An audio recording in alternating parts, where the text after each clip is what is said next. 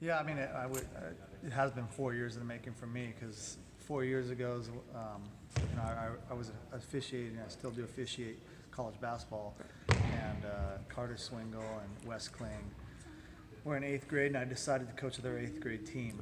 And Seth Tomzak was on the rival team, and so I started coaching that team, and then that spring, when Jared and Jonathan and Addie were freshmen, we started the Motherlode Miners, which was the AAU program for our school team, and we basically started traveling their freshman year. Carter and Wes and Tom Zach's eighth grade year, the end of it, and that was when it started. And then the next year, I took over the JV program and brought all those freshmen up, who are now juniors. Yeah, I mean, it's really a dream come true. I grew up in Hoopa, and I remember being in 6th or 7th grade in 1992 when they won a section championship and had 2 NorCal games and ended up coming down to UC Davis and lost in the NorCal finals to Ripon Christian. And I remember following that team, and that really sparked my whole love of basketball and wanting to be a basketball player, basketball coach, and basketball referee. And then my senior year, we won the second section championship in Hoopa history. And then my little brother's team, 3 years later, went to the state championship from Hoopa, and then they had one more team win a section championship. So Hoopa had 4 section championships out of, and the only 4 public schools to win in that North Coast section because it's kind of a private school dominated. Right. And that was really kind of what my dream was, to come here. Because at our games at Hoopa, we would have 2,000 people lined up for these games, and just the energy, it was standing room only. It was just, that was life there. And I kind of got here, and I came to a few basketball games, and it was just like, this is not how small school basketball is supposed to be.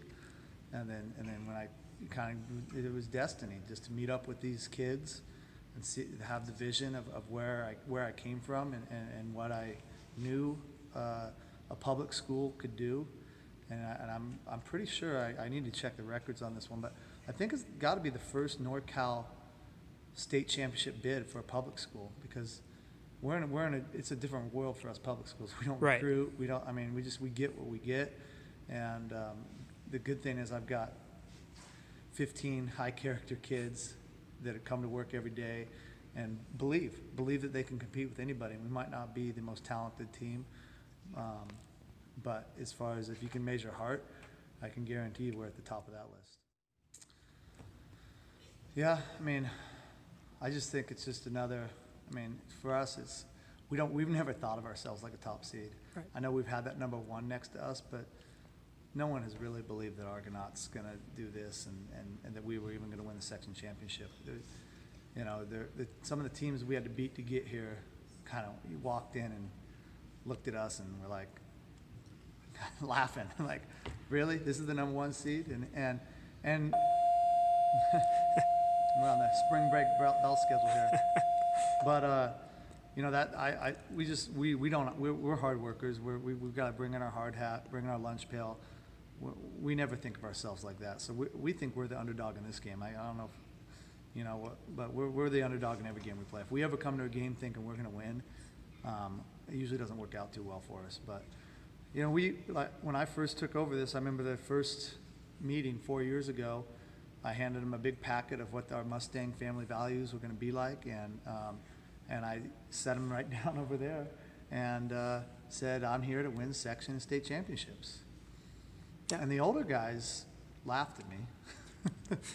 I'm not going to name names, but they know who they are. And this group was locked into my eyes and shaking their head, yeah, we are. And that's really what it takes, is a belief. And then a lot of hard work. I mean, these guys have put in so much gym time over the past 4 years that, they deserve everything they get.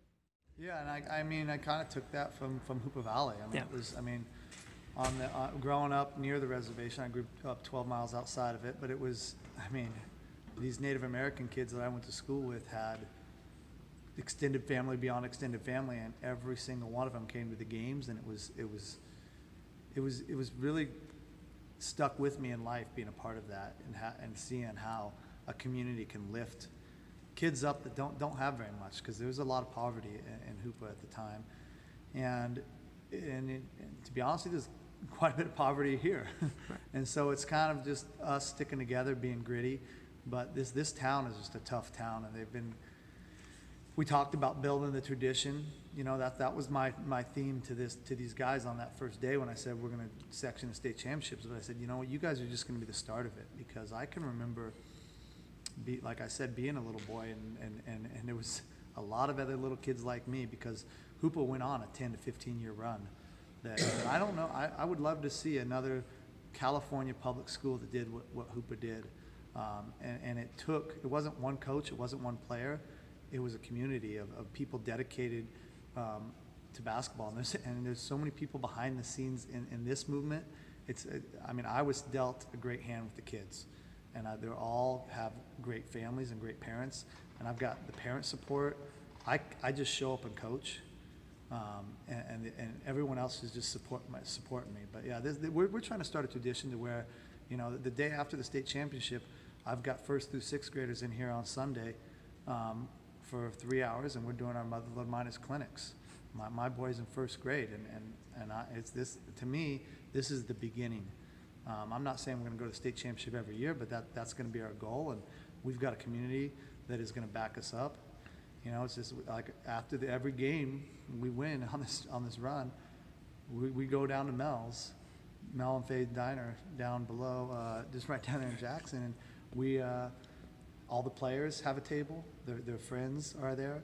All the fans. I brought out my brother and a couple of friends that came to the game the other night, and I said, they live in Sacramento, Chico. I said, you guys, you know, come look at this.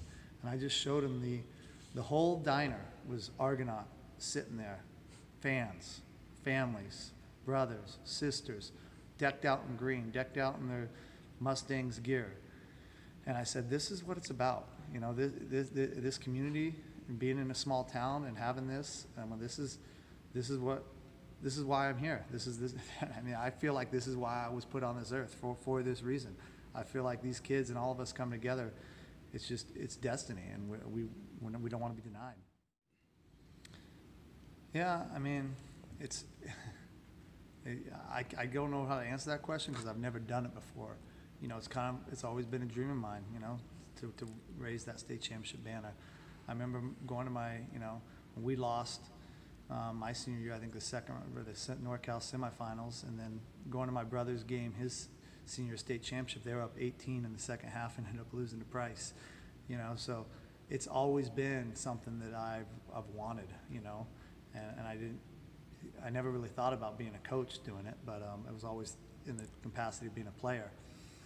But you know, for us, it's just about, we're team basketball. I know Jared and Addison are top scorers and team leaders, but we are a team in every sense of the word.